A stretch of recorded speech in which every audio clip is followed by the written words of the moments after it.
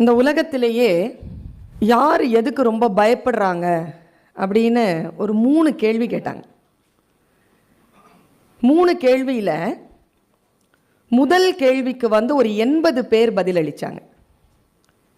2வது கேள்விக்கு 60 பேர், 3வது கேள்விக்கு 98 பேர்.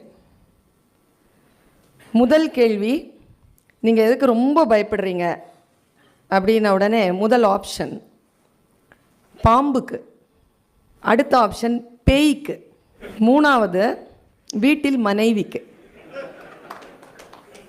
அது முதல்ல 80 60, 3வது 98 பேர் அதுக்கு ஓகே சொல்லியிருந்தாங்க. ஏன் 2 பேர் பதில் சொல்லலைன்னா அந்த 2 பேர் கல்யாணம் ஆகலை. 100க்கு 100 பேரும் சொன்ன ஒரு பதில் எதுன்னா, மேடையில் பேசுகிறதுக்கு.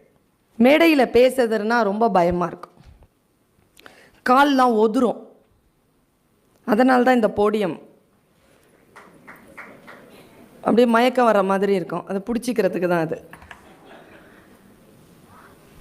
ஆனால் உண்மையாக ஒரு 20 ஆண்டுகளுக்கு மேலாக நான் பேசுகிறேன்.